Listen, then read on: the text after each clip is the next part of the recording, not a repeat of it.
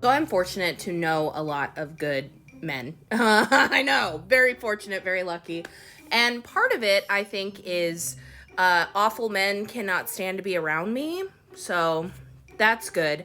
But the other part of it is I am just a really curious person, and I feel like I attract other very curious people.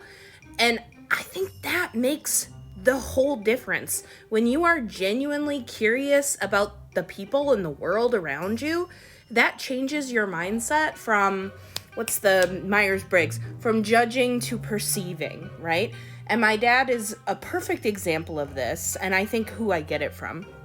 And I was reflecting on a moment several years ago when I first moved to the Twin Cities. Dad and I went to Target. He was up from South Dakota. We went to Target, and there was a white woman with a hijab.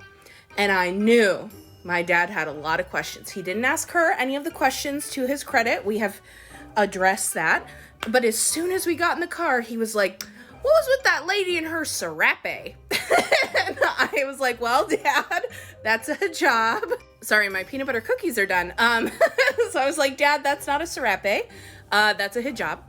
And he was like, "Oh, okay, but she's a white lady." And I was like, "Yeah, white ladies can be Muslim too." And he was like, "Do you think she's married to like a Muslim guy?" And I was like, "Maybe. She could just be a convert. I don't know, Dad." And as soon as we were done with that conversation, he was like, "Oh, okay." Like, nothing more to say. He just didn't understand, asked a question, figured it out, and was like, "Well, good for her."